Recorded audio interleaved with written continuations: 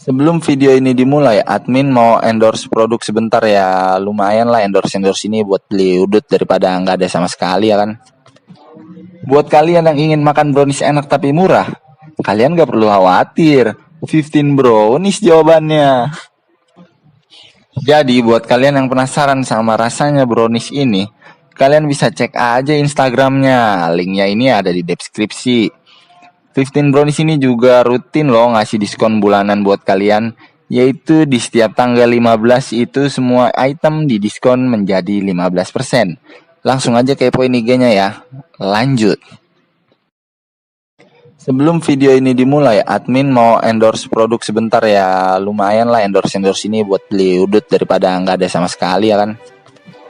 Buat kalian yang ingin makan brownies enak tapi murah, kalian gak perlu khawatir. 15 brownies jawabannya. Jadi buat kalian yang penasaran sama rasanya brownies ini, kalian bisa cek aja Instagramnya. Linknya ini ada di deskripsi. 15 Brownies ini juga rutin loh ngasih diskon bulanan buat kalian, yaitu di setiap tanggal 15 itu semua item didiskon menjadi 15%. Langsung aja kepoin IG-nya ya. Lanjut.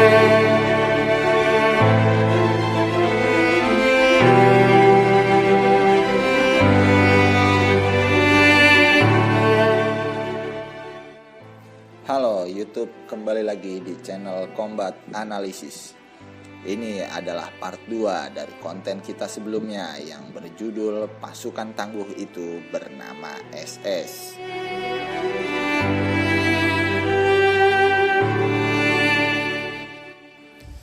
Kali ini kita akan membahas salah satu divisi terbaik yang dimiliki oleh Waffen SS, yaitu divisi Panzer SS ketiga Totenkopf.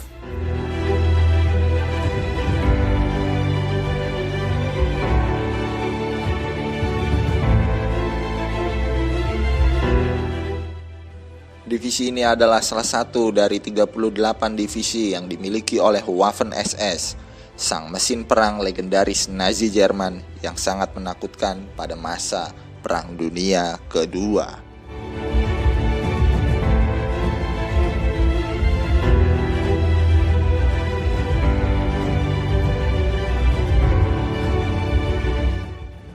Divisi SS Totenkopf ini pada awalnya dibentuk pada Oktober 1939.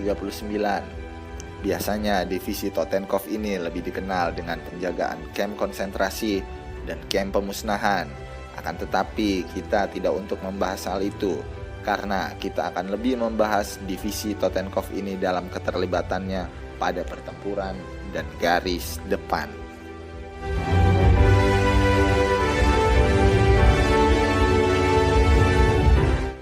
Pada awal masa Perang Dunia Kedua, divisi ini terlibat dalam sejumlah pertempuran, yaitu pada invasi ke Polandia. Divisi ini juga terlibat dalam pembantaian warga sipil Polandia, pemimpin politik, dan tawanan perang. Akibat dari kebrutalannya, divisi ini menjadi sangat terkenal dan sangat ditakuti oleh musuh-musuh Jerman pada saat itu.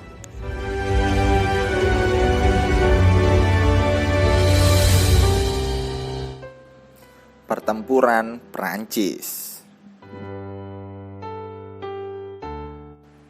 Divisi Totenkopf ini pada awalnya dijadikan sebagai divisi cadangan selama penaklukan Prancis dan mulai ditugaskan pada 16 Mei pada saat Hitler memulai invasi ke Belgia.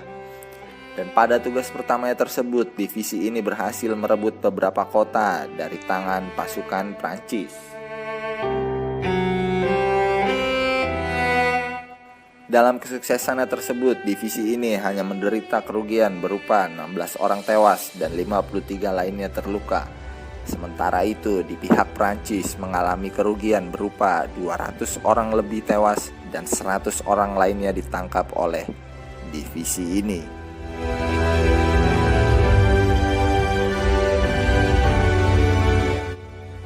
Dan selama penugasannya di kota Cambrai tersebut, divisi ini meraih kesuksesan yang sangat mengagumkan, di mana divisi ini berhasil menangkap sekitar 16.000 tentara Prancis yang dijadikan sebagai tawanan perang. Divisi ini terus berada di Prancis hingga sukses menghajar pasukan sekutu hingga terus mendesak mereka ke dekat pantai Calais, hingga pasukan sekutu terjebak di pantai Dunkirk.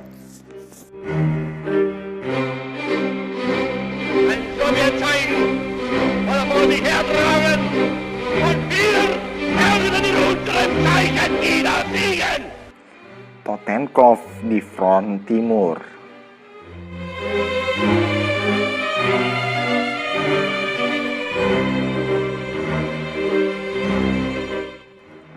Pada bulan April 1941, divisi ini diperintahkan untuk ke timur membantu operasi Barbarossa yang baru saja dimulai dan bergabung dengan pasukan Field Marshal Wilhelm von Lieb.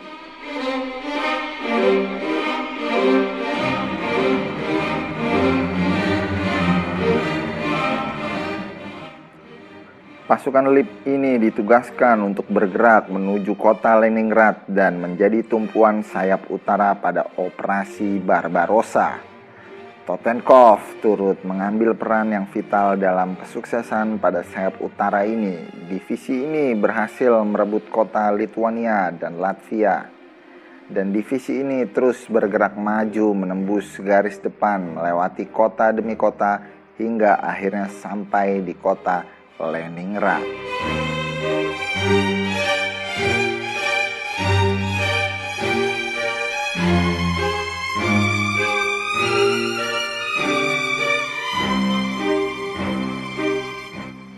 Akan tetapi pergerakan divisi ini terhenti di kota Leningrad, di mana divisi ini terlibat pertempuran yang sangat sengit pada bulan Agustus. Dan selama musim dingin, divisi ini terus mengalami kemunduran akibat menahan musim dingin dan serangan ofensif Uni Soviet.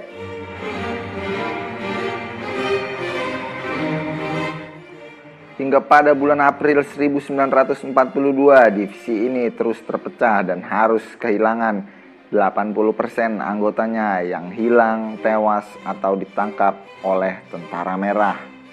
Hingga akhirnya divisi ini terpaksa ditarik dari garis depan untuk menghindari kehancuran total. Dan divisi ini dikirim ke Prancis untuk bertarung kembali pada akhir Oktober 1942.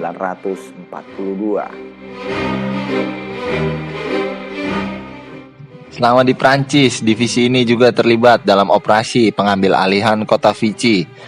Divisi ini juga dilengkapi dengan beberapa batalion tank panzer dan berganti nama menjadi Divisi Panzer Grenadier Totenkopf. Dan divisi ini terus menetap di Prancis hingga Februari 1943, sampai akhirnya komandan divisi ini kembali dan dipindahkan menuju ke front timur Rusia, bergabung dengan grup angkatan darat pimpinan Erich von Manstein. Kembalinya mereka ke front timur Rusia, mereka ditugaskan untuk merebut kota Kharkov dalam pertempuran Kharkov III. Mereka terus bertempur membabi buta, menyebabkan pasukan Soviet ini kewalahan dan berhasil menumpulkan sejumlah kekuatan Soviet di kota Kharkov tersebut. Selama pertempuran tersebut, divisi ini kehilangan komandan mereka dalam sebuah serangan udara. Pesawat yang ditumpangi oleh Theodor Eicke tersebut ditembak jatuh oleh pesawat pengintai milik Uni Soviet. Dan posisi komandan divisi ini diambil alih oleh Hermann Priest dan mulai bergeser ke utara untuk menahan sebuah serangan di kota Kursk, di mana serangan Tentara Merah terhadap pasukan Jerman itu sangatlah brutal.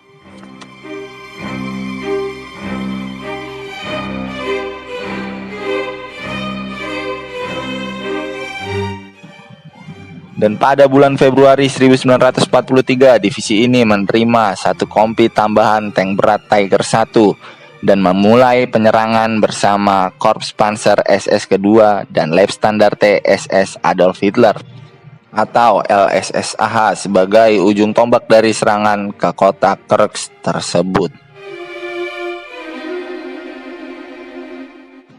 Pasukan ini terus melintasi sungai Pisel menuju ke utara dan kemudian menuju ke kota Prokhorovka, dan divisi ini pun sukses dalam menghentikan kemajuan tentara Soviet dan menimbulkan kerusakan yang fatal pada tentara merah. Akan tetapi mereka juga harus merelakan bahwa sebagian besar tank mereka hancur dalam pertempuran di kota Prokhorovka tersebut.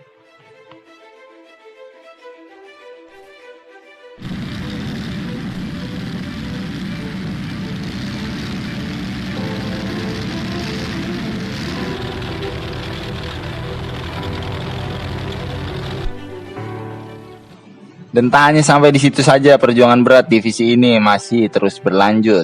Dan divisi ini diperintahkan untuk bergabung dengan grup Angkatan Darat ke-6 Jerman, pimpinan Field Marshal Karl Adolf di Ukraina. Pasukan ini juga ditugaskan untuk merebut jembatan Soviet di atas Sungai Mius. Dan divisi ini juga terlibat dalam pertempuran yang sangat sengit selama beberapa minggu.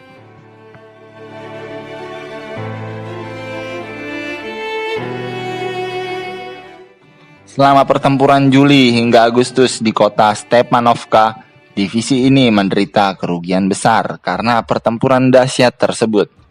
Selama pertempuran di Mius Front, divisi ini menderita kerugian berupa 1.500 orang hilang, tewas atau ditangkap, dan 20 tank hancur dalam pertempuran ini.